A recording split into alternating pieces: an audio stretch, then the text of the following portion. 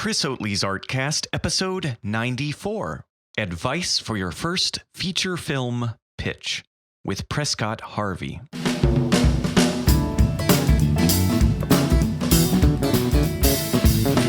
Hello, my friends, and welcome to another episode of Chris Oatley's ArtCast. I'm Chris Oatley. A former Disney artist, gone rogue, I'm now the director of the Oatley Academy of Visual Storytelling, where I get to work every day with the most positive, passionate, collaborative community of creatives I have ever known. You can find more art and story podcasts from some of the most inspiring voices in animation, games, VFX, comics, and new media at oatleyacademy.com/shows.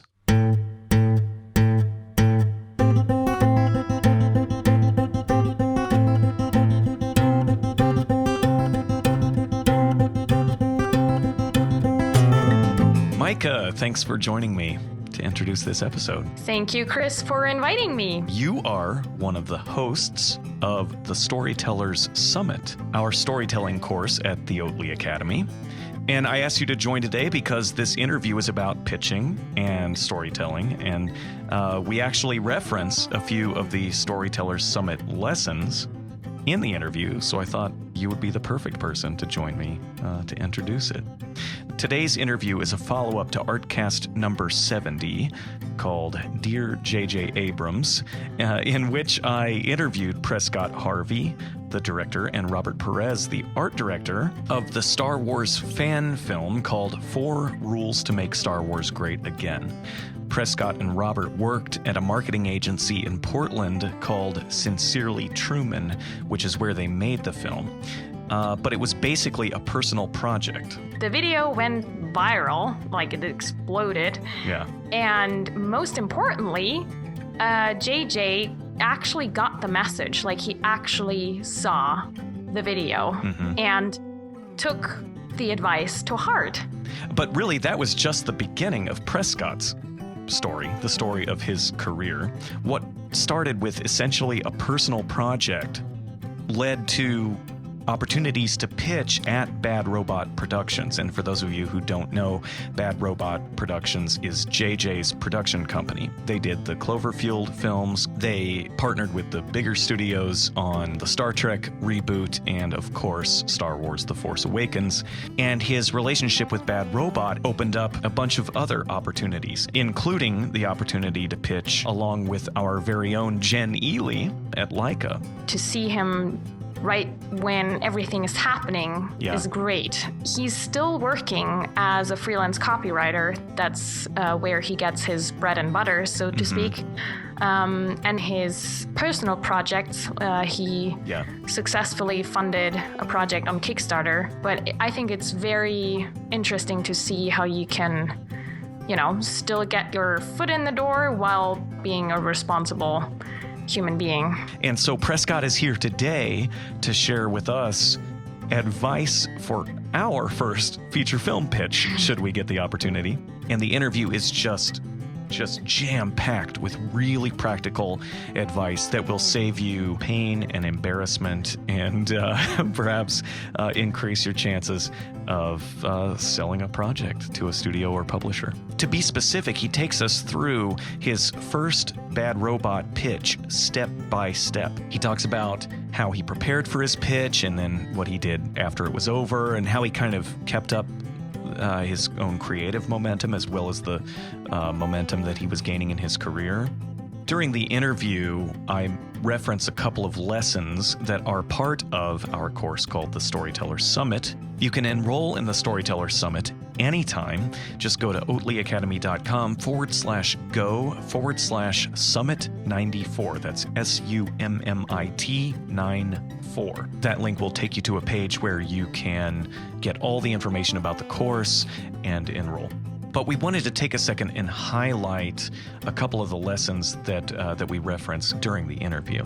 One of the lessons, Micah, you and I did together, and that lesson was called Step-by-Step Log Lines, in which we share a template that the students can use to create a sizzling log line step by step. And we had a great response to that. lesson, I thought. Yeah, we did.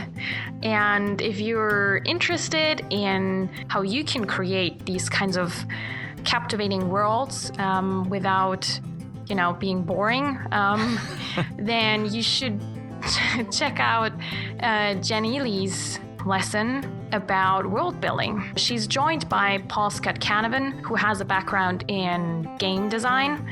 So it's quite a lesson. And of course, you'll get instant access to both of those lessons, plus a gajillion. I think we're up to a gajillion now, Mike. Other Definitely. lessons on storytelling when you enroll in the Storyteller Summit. And again, you can do that at oatleyacademy.com/go/summit94, SUMMIT 94. I'll mention one more bonus because it relates to this episode. When you subscribe to the Storyteller Summit, you also get the Oatley Academy Backstage Pass for free. And the Backstage Pass includes live portfolio reviews, extended versions of our podcast interviews, and deleted scenes from the podcasts. To be specific, we have a deleted scene from this interview with Prescott Harvey, in which he talks about the process of escaping a 9-to-5 day job that seems kind of creative, but most of the time it's actually creatively unfulfilling. And he has some pretty intense and yet very helpful, I think, advice in that deleted scene. And yes, so all of that and more comes with your subscription to the Storyteller Summit at the Oatley Academy. And again, you can enroll there at oatleyacademy.com/go/summit94.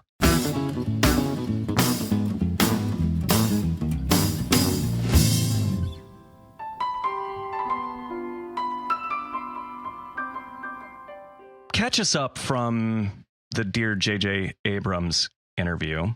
You were still at Truman, Sincerely Truman, the studio, and the Dear JJ Abrams /4 Rules of Star Wars short had gone viral. I think we can all agree on that.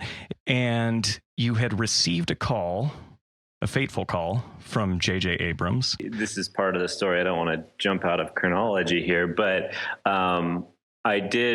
I followed up with him when he was shooting Star Wars about something unrelated. I think I was just going to be down in LA, and totally unprovoked, he was in London shooting, and unprovoked he said, I'm here in London shooting. Sorry, I won't be able to see you. By the way, keeping everything frontier set, mysterious, worn out, and uncute. So like recalled the rules and was hitting them. So yeah, they made it in. That alone is a great story.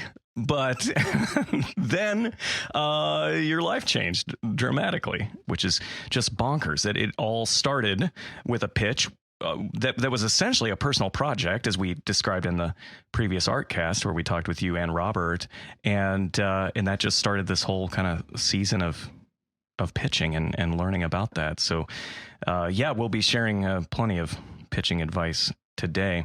But help us understand, Prescott, the vast difference between what you were anticipating would happen with the film and what actually happened. Yeah, well, I think the biggest difference was I just had no idea the popularity that it would receive. I thought of the idea. I thought, the internet's a great place. You can put anything out there. Anybody could see this thing. If I title it Dear JJ Abrams and make it an open letter to him, there's a chance he could see it. Maybe somehow it'll get him thinking about Star Wars. It'll generate some new ideas.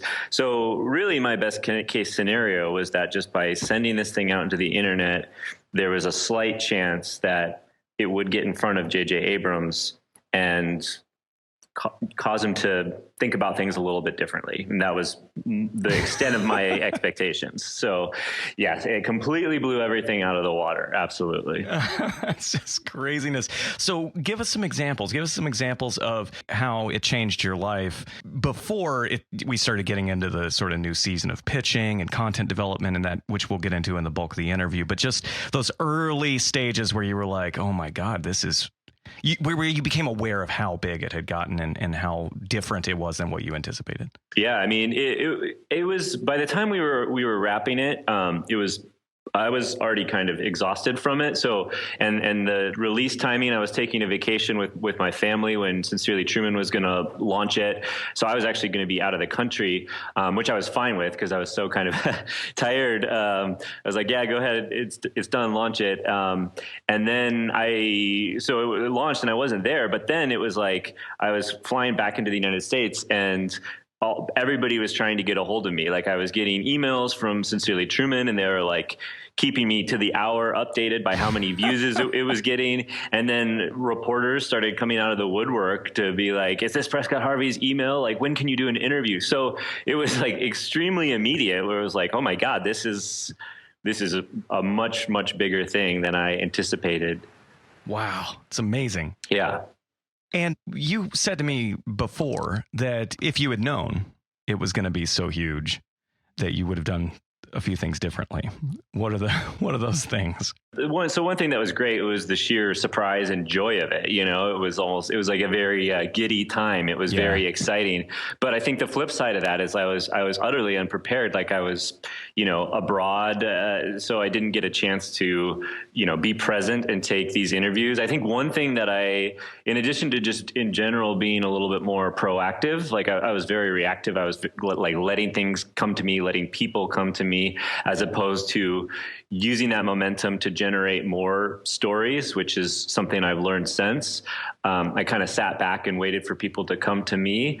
I think the other thing that I've learned since then is those people, when they start coming out of the woodwork, that's an opportunity to meet new people and make really valuable connections. So I think one thing that I wish I would have done is better manage that. And so not just people reaching out to me and being like, hey, do you want to do this interview? But me spending a little bit of time to get to know those people and then really just keeping a detailed record of all those conversations that I had, because, now there's times where, I could probably use a friend at Mashable.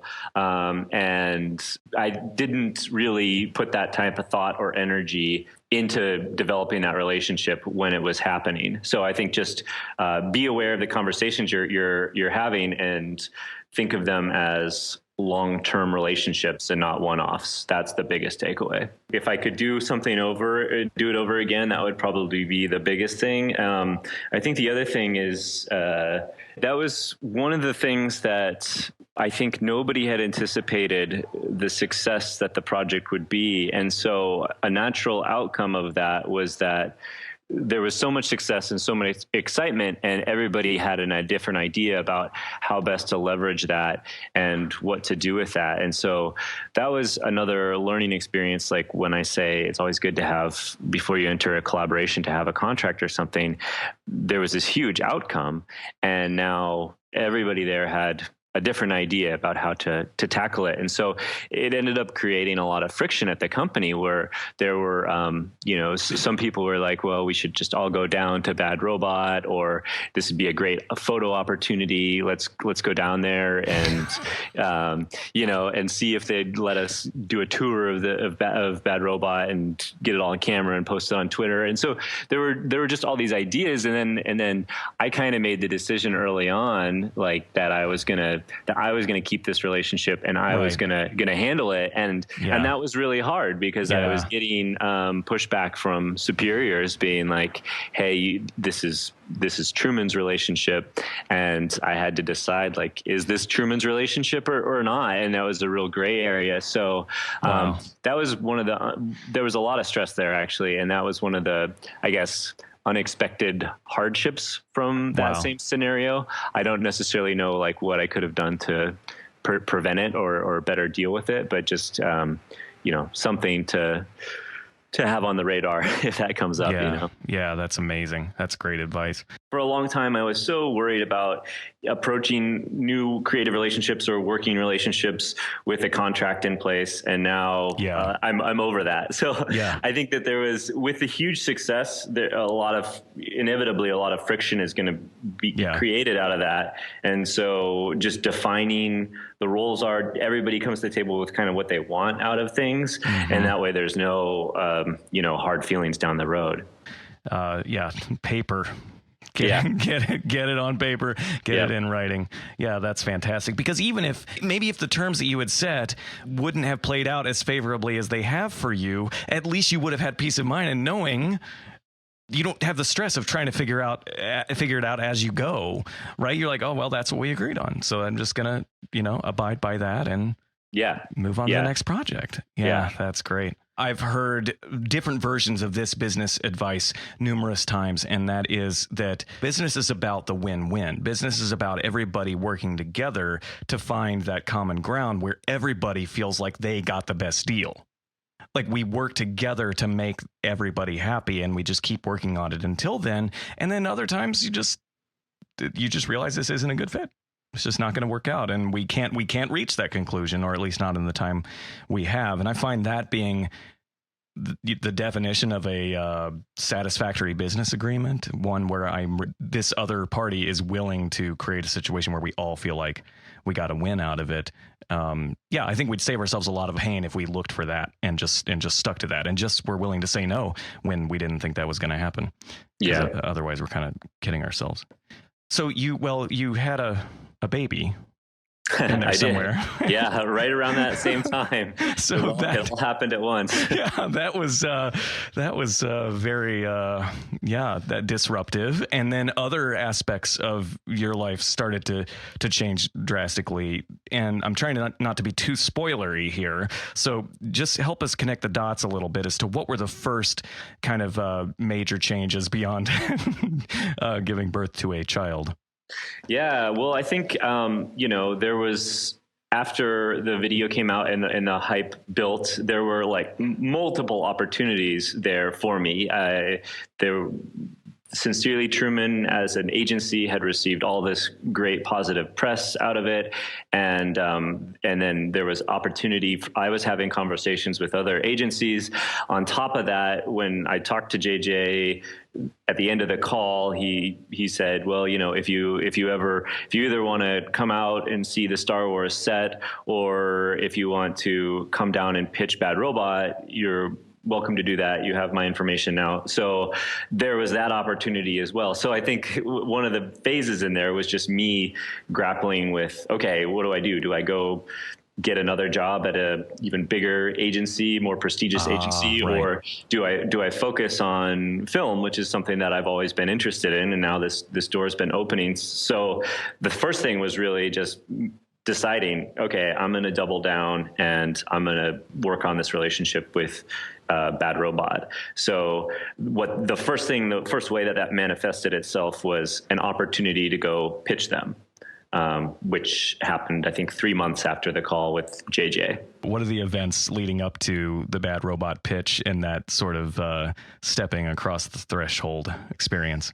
It was the scariest thing I've ever done in my life. Yeah, I've told my wife this, if now that I've done that, I can do anything. It was honestly one of those face your fear moments, because at that time, after I got that phone call, it was like, okay, well, here I am. I'm Prescott Harvey. I'm this guy, this cog in this machine in advertising world.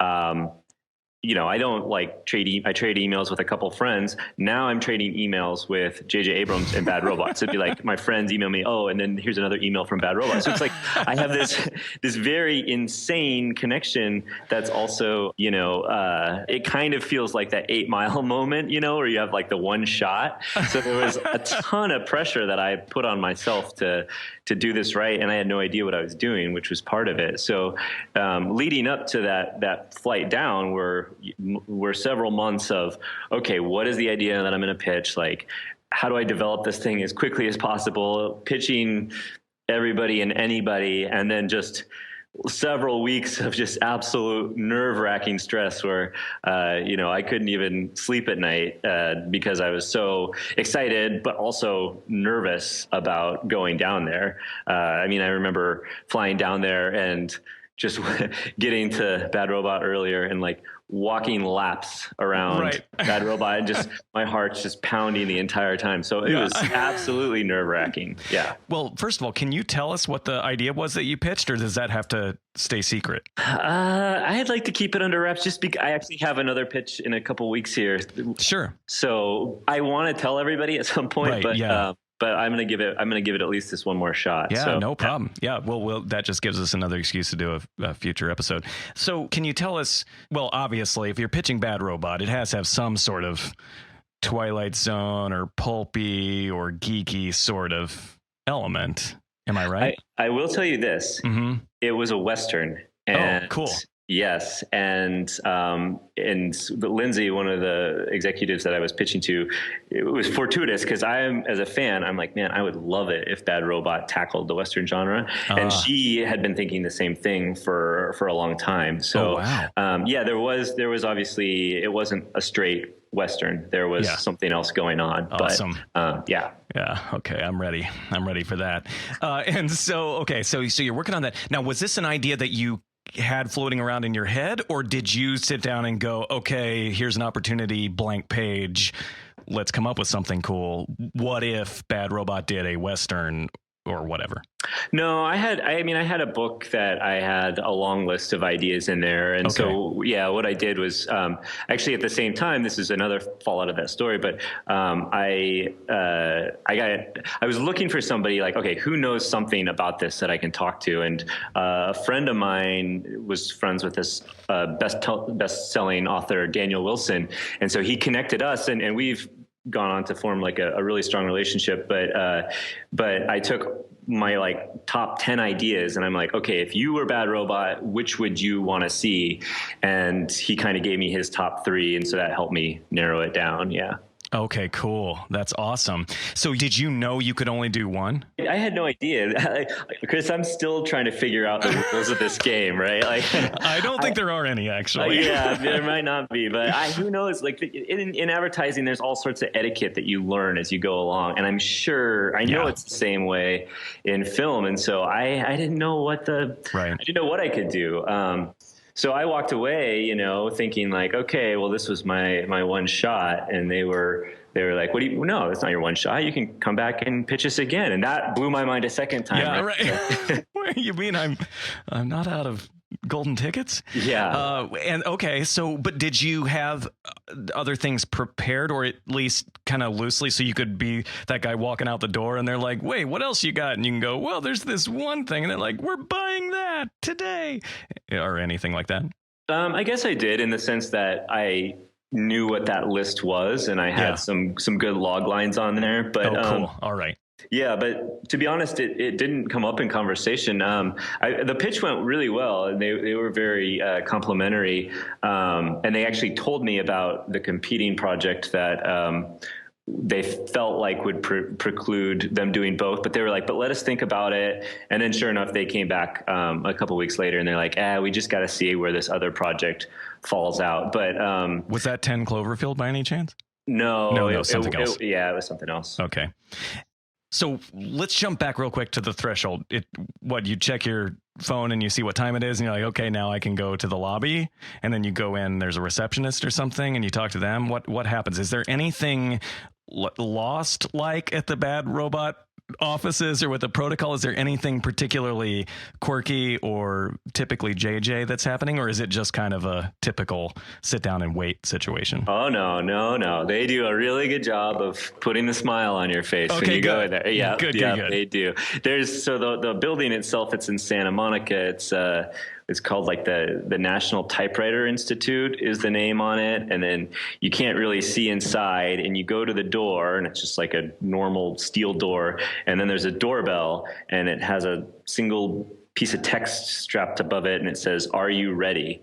to ring the doorbell. Yeah. And then you go in the lobby and there's just like the coolest collection of memorabilia. It's props from Star Trek, the TV show. There's like Battlestar Galactica stuff. There's old obscure board games from the 1950s, like sci-fi board games. There's VHS cassette tapes of just like the worst B sci-fi movies, and it's just so cool. It really is so cool. So I am just like snapping pictures and just grinning ear to ear, sitting there waiting. It was really, that's awesome. And so then, does JJ come out and greet you, or somebody else? Did you have to go into a room where there's just like a room of people, and you're walking in and the room's full already? No, it was a room of two of his executives, his two heads of features. Apparently, JJ was going to surprise me on my way out, but then he got pulled into something else at the last meeting. But that was meant to be like, that's common, I think. Yeah, to be like surprise and delight at the end of the pitch. But okay, so you pitched to two people you have not met or you have not interacted with yet. Yep, exactly. Wow, geez. Yeah. And so when you go into the room, they're there already. They're there already. Okay. Yep. I prefer the other way around. Yeah. I prefer walking in with them as opposed to coming in. Yeah. And then there's people sitting there. Okay. And so then what happens? How do you break the ice? How do you? Well, I mean, I was obviously really nervous. But they do this all the time, and so they're pretty good at breaking the ice. They're like, where are you from? Oh, we love Portland. Mm-hmm. How's LA? How's your summer been? So just, all those awkward small, it just feels so funny, right? Because it's like you're going through the motions, but it's not what you're really there to talk about. Yeah. But yeah, so we made small talk, and then they were like, all right, well, we understand that you have an idea, Right. So then, as a matter of fact, I do. Yeah, exactly. So then you're on. And this is something that I'm still tinkering with it, but the way that I did it the first time was I had a practice pitch, right? I rehearsed it and pitched so many people. So, I mean, it was almost like a written pitch that I could have been reading, but I had it, memorized word for word that I was delivering to them. So just launched into that for about 10 minutes. And then, one mistake I made the first time. Somebody told me to do this, and I think now that it was a foolish piece of advice, but they said, don't tell them the third act. Yikes. Yeah, I know. So I got to the end of the second act, and Lindsay was like, well, so do we get to know how it ends? Like, right. It's very much like, what are you doing? That's awesome. That lesson learned there. Yeah. I made the same mistake the first time I pitched at Disney. Made the exact same mistake. And I got the same look, like not really irritated, just kind of like, oh, this is happening. Yeah. He's new. He got that advice too, right? Exactly. Yes, advice. Yeah. Oh, that's fantastic. And okay, so then were you prepared? Were you as prepared with the first two acts as you were with the third, in case they did ask? No, I mean, I was prepared, but not nearly as prepared. So luckily I had some key art that I took down with me. And so I used that opportunity to distract them so I could give them my unpolished third act. And, and it worked. Like they were oohing and eyeing that while I rambled to a conclusion. Nice. Who did the key art? Robert, actually. Oh, awesome. Yeah. So that'd be Robert Perez, your art director from Four Rules of Star Wars. And then we'll perhaps when we do our follow-up and finally reveal the pitch to the world, we can show that art. But we will link to Robert's website so you can use your imagination. Just go in and Photoshop a cowboy hat onto everyone in Robert's paintings. Yeah, exactly. And that'll give you an idea, very clear idea of what the pitch was. I jest. Okay, so is there anything else there about those kind of hard learned lessons or things that you would have done differently with the actual pitch that you want to share? Yeah, I think what I've learned about pitching and what I've had the most success with recently is instead of doing a full 10-minute run through of the story, to obviously know the story like the back of your hand and be able to speak to any part of it, but having the pitch almost be something separate where you keep it really short and you have to, or at least I have to come up with something it's basically like, you keep it short, a summary, why it's going to be awesome, and then like something to hook them and get them to ask questions. From what I've learned, the sooner that you can get them interested in asking questions, the better. And then of course you have to have like a kick-ass story that they can dig into. But when they take the reins and they're kind of painting it with their imagination and they're digging around, then they become much more interesting and engaged. So I think that's right now, that's my current pitch philosophy. That's amazing. And so saying almost like taking them from beginning to end in just like a movie trailer kind of way, or just with the premise? Yeah, it's more like, and we'll get to this, but there's a pitch I did recently that went really well, where it was more like, I walked in and I told them the log line, the premise of the movie, and then I got into why this is important. Like, what are we really talking about with the movie? And then what's this device that we're going to use to do that? And the device was really cool. And so then they were like, okay, that's an interesting device. So, so what happened? Tell me about this. And then they're like, okay, well, I see that, but how does the movie sustain itself in the second half? Like what's happening there? So it was more just like, okay, here's a very big, broad picture of like kind of how it's going to feel and why it's going to resonate with everybody. And this is a neat device that we've never seen before that we're going to use to convey the story. And then now they're kind of leaning forward a little bit and they're like, okay. So, and it worked really, really well. So I don't know, it may have just been the story, but that's going to be my go-to from now on. Yeah, that's interesting. Almost starting thematically, with the exception of the log line, which is very nuts and bolts. And if I could quickly plug our Storytellers Summit course at the Oatly Academy, you can go to oatlyacademy.com/go/summit94. That's SUMMIT 94. You can enroll there. We actually have a very nuts and bolts lesson on log lines. It's actually called Step-by-Step Log Lines, for those of you listeners interested in what a log line is or how to make one. Also, we have a lesson in there with Aliki Graft, who is kind of a living legend animation director, as well as Sarah Marino, Oatly Academy's own, and they give tons of advice on pitching in general for animation, as well as they talk about titles and log lines.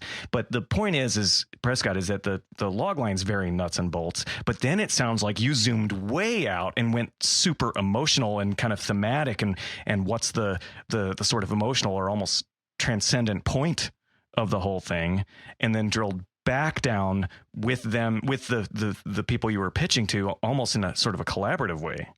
Yeah, exactly. And I don't know that I had it, thought through to how you just articulated it, which is really good. But I knew that when I got to talking about the thematics of why this is important, that was really important to me, and I felt very passionate about it. And I think whenever you can find that, you're going to start speaking from a much more convincing place. So that was part of the reason.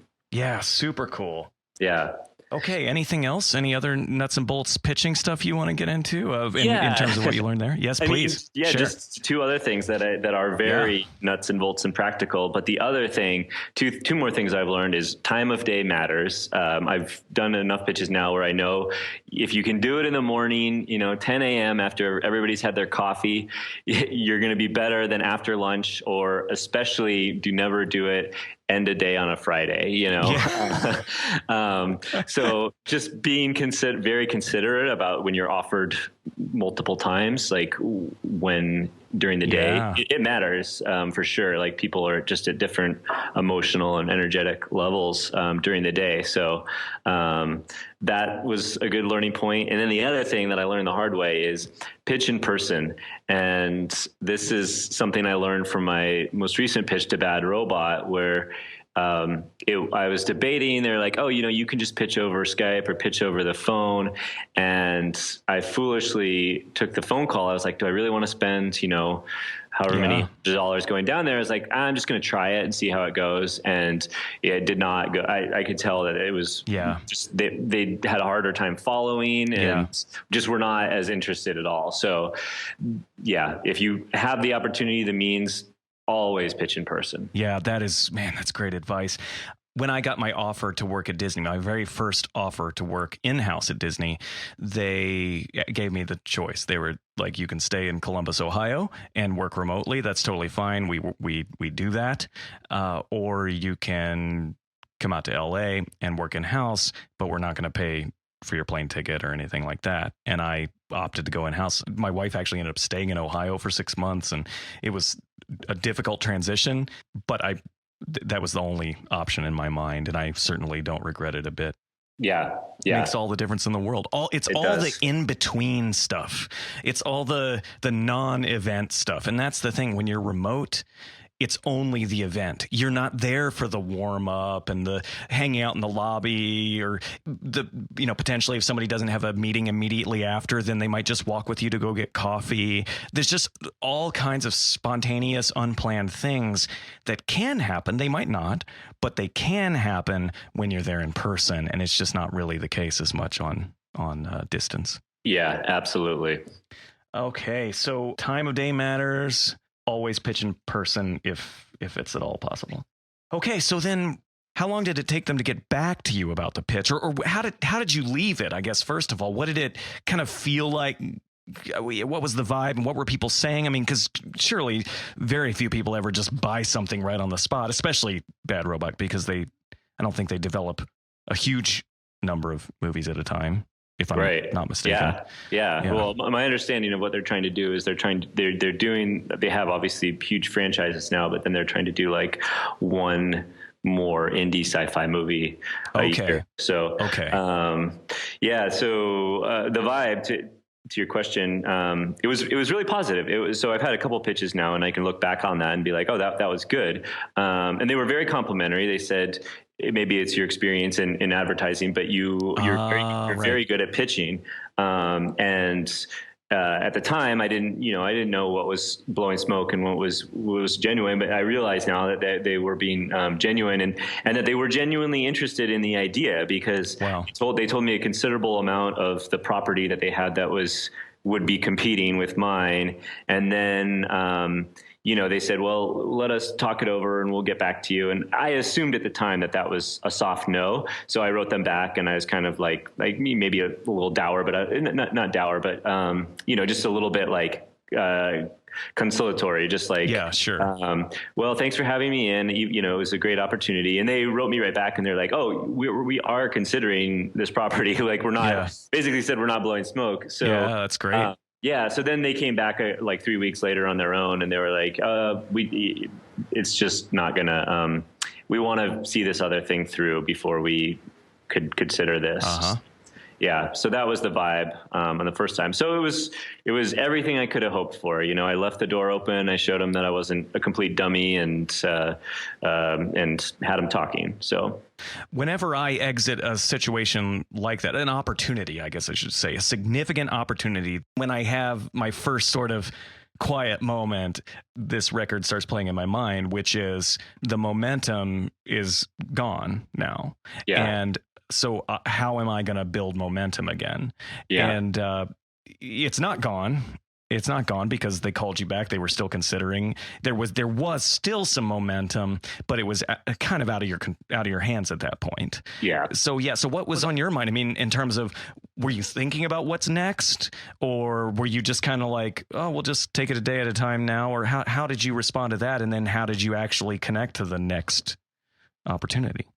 Yeah, I mean, I think, I was obviously just relieved that it was over at that point, but very quickly after that, then I was like, okay, this wasn't a single golden ticket. I have the opportunity to go back down there. So I obviously need to make sure I use that opportunity, but also continue to never bring them anything that's less than impressive, So let's go down to idea number 2 on that list. Let's develop that, and let's follow up with them in 6 more months and have this conversation again. So that was my for a couple of years, that was kind of my mode of operation. And then I got into that rhythm, and it was very honestly exhausting to have a job and then also be developing at that speed. But what started to happen over time is all those little waves of momentum. And when you start talking to people, it just starts to bring you other connections. And now I would say the biggest thing that fell out of all of that are just the expanded network that I have. Yeah. So it's not just Bad Robot anymore. I can take my foot off that gas pedal. There's lots of other places that I'm talking to. And so seeing that happen organically, and then feeling the pressure slowly start to lift, like, okay, I don't have this one lifeline. There's a lot of support here now. That it feels really nice. So when you're talking about these other relationships that kind of came from this, are you talking about people that you met or connected with through the 4 rules of Star Wars short? And then who else? Is it people hearing about your Bad Robot opportunity, or they're referring you to people, or what? How's that kind of expanding? After that experience of being connected to JJ and Bad Robot, when that happens to you, all of a sudden you're legitimized in people's eyes. Like, people don't even know, can this guy write? Are his ideas any good? They don't know that, but the very fact that it's already been legitimized through that avenue just means that people are like, oh, this guy's interesting. Maybe I'm a little bit more interesting for knowing him. Sure. I want to introduce him to this guy. So it's cool. It was more of that. It just started happening organically over time, where, like I mentioned, my buddy Daniel, who we kind of met because I was looking for mentorship through this. And then he and I share a love of board games. So we started playing board games together, and then he's connected me with more people, and just a similar thing started happening where I would go down to LA and I would meet with people, and they would be like, oh, you're doing this, you should meet with this person. So cool. Yeah. Okay. All right. I gotcha. So, all right. So they just kind of get excited about the fact that you're in town, and then there's that energy just sort of carries you into the next coffee or dinner or whatever it happens to be. Yeah, exactly. It's not just like, hey, it's this guy that I'm friends with that I'm vouching for. It's this guy that did that thing at Bad Robot. Yeah, exactly. Right. Exactly. And that is so scarce that alone is exciting. Yeah. That's awesome. Yeah, it really is true that logos matter. Well, certain logos matter, and certain logos matter more than others. And it really does help to get that. Well, and I'm thinking about, of course, a lot of the aspiring animators or illustrators or whoever listening to this show. It does. Once you have that Wizards of the Coast on your resume, or Blizzard or Disney or whatever it is, it does open doors, and it comes with its own momentum. Yeah, absolutely. And I have friends too that have done stuff with those places, and it's when you first meet them. Now we're friends, and it's like, I love you for you, man. But when you first meet them, and then somebody's like, oh yeah, I was over at Skywalker for a couple years, and it's like, whoa, okay, like let's talk to this person, So yeah, it's huge. It's huge. Those logos, as you said. Oh, that's fun. Is this around this time is when you started collaborating? Well, actually, no, you didn't start collaborating with Jen Ely, our very own Jen Ely at the Oatley Academy, but you guys just kind of did a general, and you just kind of started because of you, man. But that was just like if I remember correctly, that was just hey, you guys are cool, hang out. Yeah, exactly. And that was all. That's all there was to it at the time.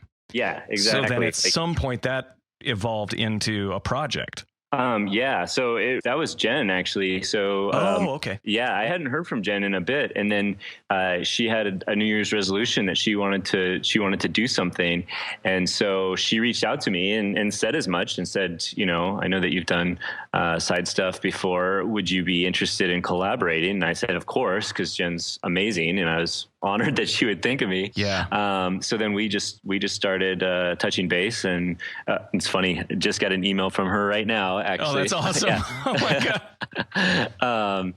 So then we just started meeting on a weekly basis. Like, what can we do together? And it grew pretty quickly and organically out of that. So help me understand the order of the other pitch opportunities or other significant opportunities that happened, because you guys pitched it like pretty recently.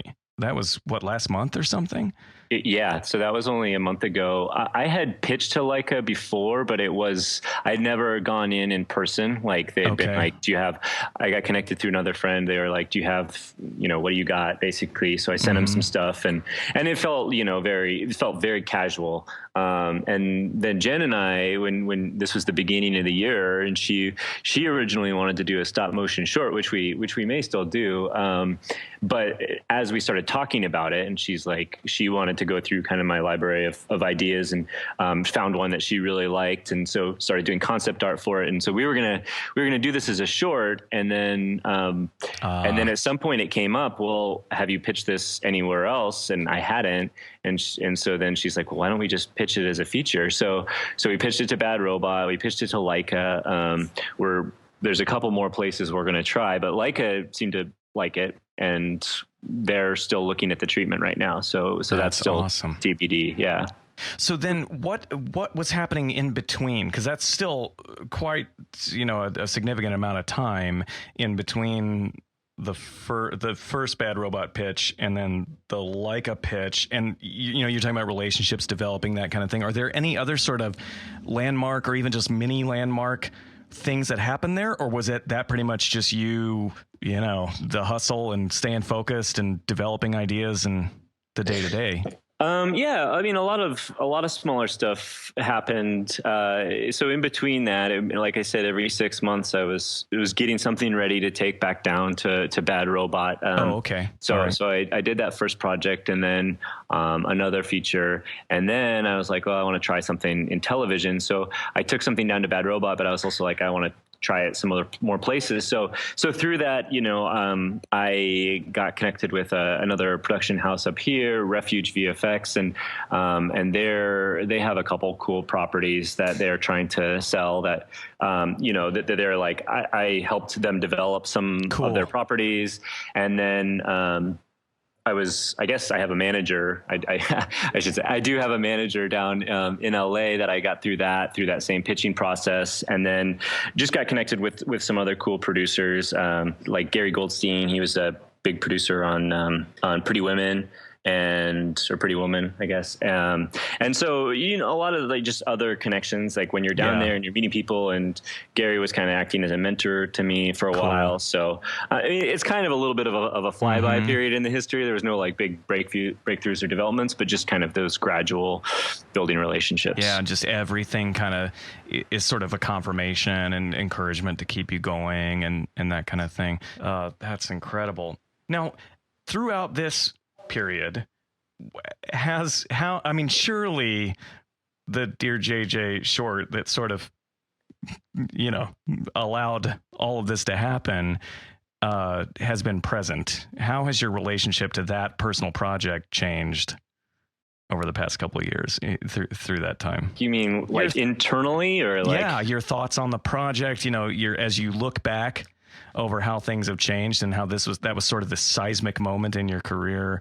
What do you see when you look back? The thing that I see the most, and I'm going to get lunch with Robert this week, is I'm so grateful that Robert was there for it, because I've done a lot of passion projects, but that was my first time teaming up with somebody that was so talented on the visual side. And I go back and watch it, and I'm still like, visually, this is one of the best things I've ever done.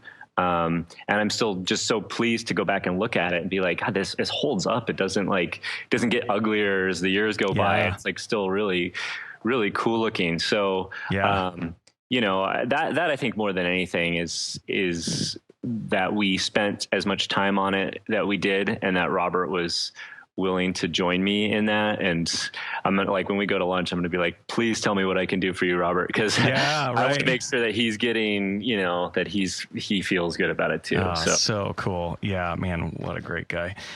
Okay. So Nerdist. Yes. Tell us what's going on there, Prescott. And you are a finalist. Yes. Right? Yes. So this is my next venture. It's a book called In Beta. It's about these two high schoolers who realize they're in a simulated reality.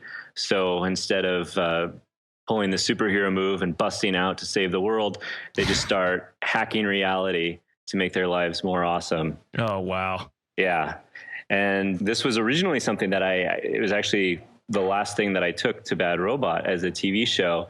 And then when they passed on it, I decided that I just wanted to do it. So I was going to write it as a novel. Mm-hmm. And then I saw this Nerdist video game competition, and so entered it in there. And so far it's doing really well. But yeah, I'm just trying to continue to raise awareness as the contest draws to a close. Yeah. And so this ArtCast episode is going to come out on the 12th of July, 2016.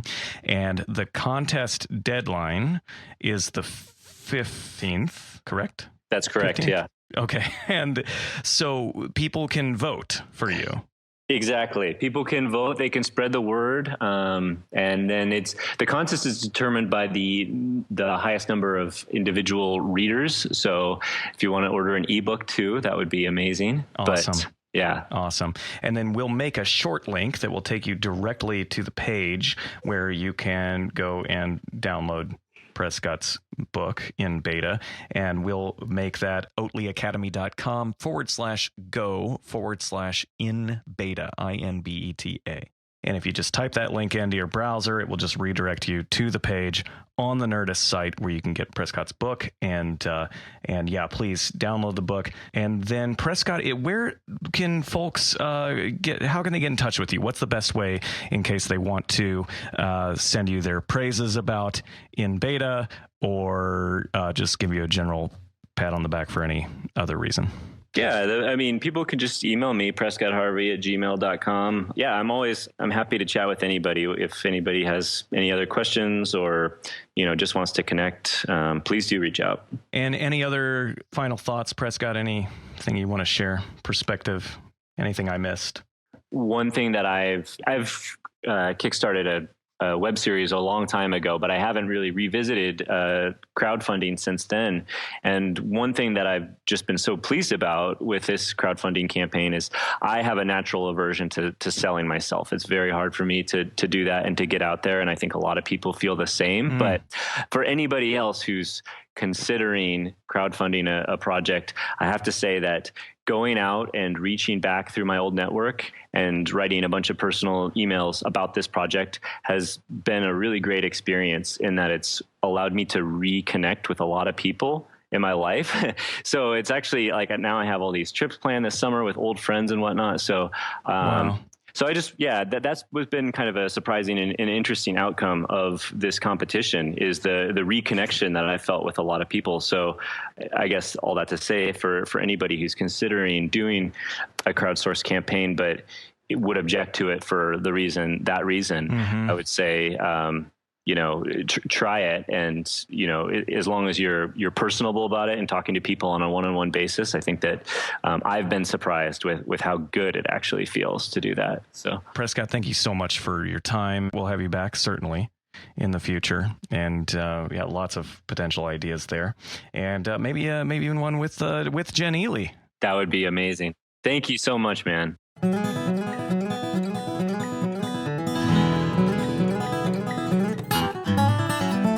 So what you think of the interview with Prescott, Micah? Oh, it was so good. I'm really excited. I really want to go pitch now. I know. Everywhere. Yeah. And I'm going to be unbeatable because his advice is just so good. I'm going to give JJ a call. Just ask him if he can work us in. What specifically resonated with you? The way he approaches pitching, it's a very human way of pitching. Yeah. Like he keeps in mind that they want to feel something. They want to connect to a character. Yeah. And he takes that into account in his pitching, which makes perfect sense because if you think of it, the people you're pitching to, they might seem very intimidating because, they're judging you, but they're also just people. Yeah, right. They just go to the movies just like anybody else does as well. Yeah, everything can seem so formal or so structured, and it just isn't. Even Prescott said, I'm just kind of figuring out what the rules are still. And then I think I said something like, I don't think there are any, really. Yeah. The truth is that there are expectations. There aren't many expectations beyond tell us an awesome story. Yeah, exactly. And so, listeners, we want to hear from you. Please go to oatleyacademy.com/go/pitch94. That's oatleyacademy.com/go/pitch94. That's PITCH 94. That will take you to the blog post associated with this podcast episode, and you can scroll down to the bottom to the comments section and join the conversation in the comments section. And if you would be so kind, respond to this question. Which of Prescott's points of pitching advice resonated with you most, and why? And just a quick reminder that you can enroll in the Storytellers Summit at the Oatley Academy anytime by going to oatleyacademy.com/go/summit94. That's oatleyacademy.com/go/summit, SUMMIT 94. That's 94. You'll get instant access to the step-by-step loglines lesson that Micah and I created, as well as the logline template, so you can start working on your own compelling logline right away. Also, you'll get access to the lesson that Jen Ely did along with Paul Scott Canavan on world building. And as a free bonus, you'll get access to the Oatley Academy Backstage Pass, which includes extended versions of our podcast interviews, live portfolio reviews, and specifically, you will get access to the deleted scene from this interview where Prescott talks about escaping a 9-to-5 day job that seems a little bit creative, but ultimately it's creatively unfulfilling. So again, go to oatleyacademy.com/go/summit94. And Micah, thank you again for joining me for the introduction and the wrap up for this episode. You're most certainly welcome, Chris. Thank you for having me. And listeners, thank you as always for listening to the ArtCast. Please join us for the conversation in the comments, share the episode on social media, and until next time, stay strong and stay close. This podcast is a production of the Oatley Academy of Visual Storytelling. I'm Chris Oatley, your host and producer. Our editor is Kevin Chandler. Our production manager is Anya Marcos, and our editorial assistant is Ejua Ebeneba. Our theme music is provided by Storybook Steve. Recurring musical segments are provided by Storybook Steve and Kangaralian. Find more inspiring art and story podcasts designed to help you make a living from your own imagination at oatleyacademy.com/shows.